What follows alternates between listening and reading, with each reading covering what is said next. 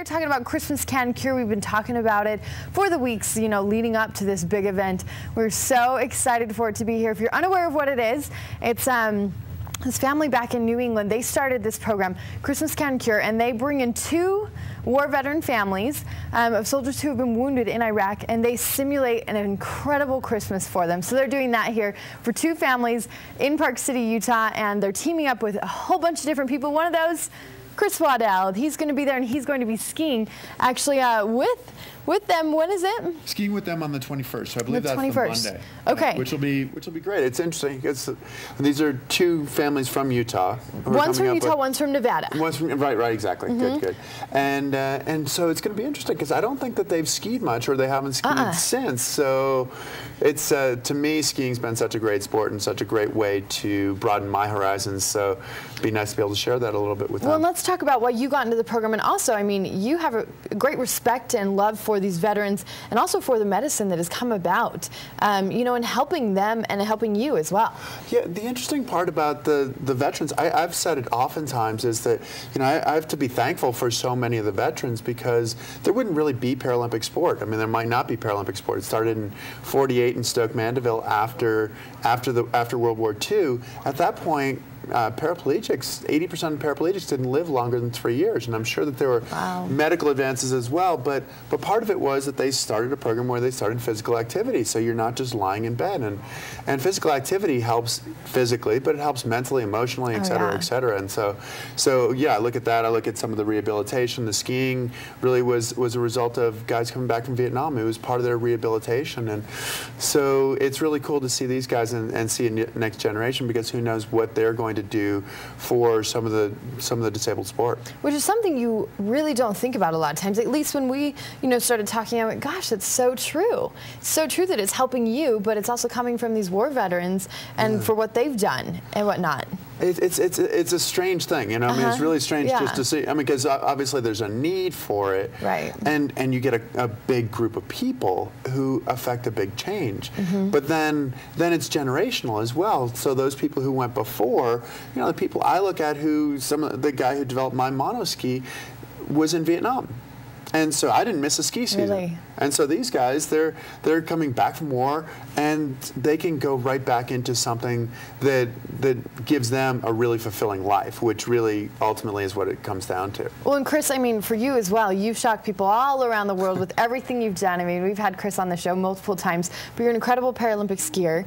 You don't let anything stop you. He just scaled Mount Kilimanjaro. I mean, this man right here, just incredible what he has done and is going to continue to do. But you haven't let your accident affect you. You have totally just taken it by the reins, and you've done with it what you can, and you're an inspiration to a lot of people. Well, I think so, and I think inspiration is where you choose to find it, and also that there's a responsibility to that. I'm really lucky in that I had a lot of opportunities immediately after my accident. The support of friends and family, but then also I was skiing at Middlebury College. Friends at Middlebury Skiing bought my first monoski for me. Wow. And they didn't say, go forth and win gold medals. It was like, you're part of the family.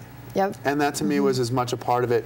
And if we can do a little bit for somebody else, for these people who in a lot of ways haven't been at home, haven't been together for Christmas, the Christmas Can Cure to me is something that it really says, first of all, thank you. Absolutely. For what you're doing.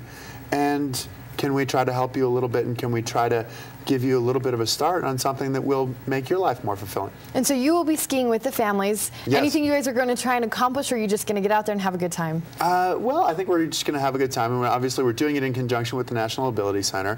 And so their instructors and everything will be the people who will really be hands-on. I'll probably just be sort of sliding around and doing what I don't know that I'll really offer much, is what it comes down to. You're just kidding. Be hanging out. But actually, I mean, maybe I can offer a little bit of I remember seeing people who could actually ski in a monoski when I was first starting, and it was such a wide gulf between me and them at that point that it was really cool that I went, oh wow, I have absolutely no idea how to do this, but somebody out there can actually do it, and so maybe I can provide a little bit of... So it's possible. Yeah, so you look at it and go, oh no, that's really skiing. This isn't sledding. This is skiing. You're actually really doing it. So. Well, in Christmas Can Cure, it's fully funded. It is completely funded by these families, so we're not looking for donations. We are, however, looking though for people in the community to reach out to these families. You know, we showed you yesterday what Jeremy Ranch, the Hawk Club, what's it called, Carolyn? Camp Hawk. Camp Hawk at Jeremy Ranch Elementary, what the kids did there. They put together these incredible, beautiful chain links, and they decorated every single little link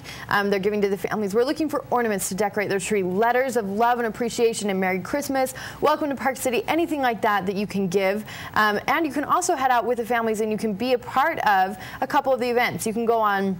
We'll tell you more about these throughout the week, too. We're going to keep reminding you about all this stuff, but you can go on Saturday morning, the 19th, and you can go to the flag raising ceremony at 9:30 p.m. or 9:30 a.m. at the Miners Hospital. You can also go at 3:30 p.m. to Soldier Hollow and go sledding with the families. So if you want to meet these families after you write your letters, after you send your love and appreciation to them, great way to do so is to actually meet these families and show them how much we care. And like you said, Chris, to actually have them coming here and being together as a family for the holidays, that's something they haven't always had. No, and the idea of community, I think, is something that's really important too when you've spent so much of your time in your life elsewhere. Yeah. That idea of a community is probably of paramount importance, really. Absolutely. Well, Chris, thanks so much for coming in. We're looking forward to you heading out and skiing with the families. I'm sure it'll be so much fun to have Chris Waddell there. Always a pleasure to have you in the studio.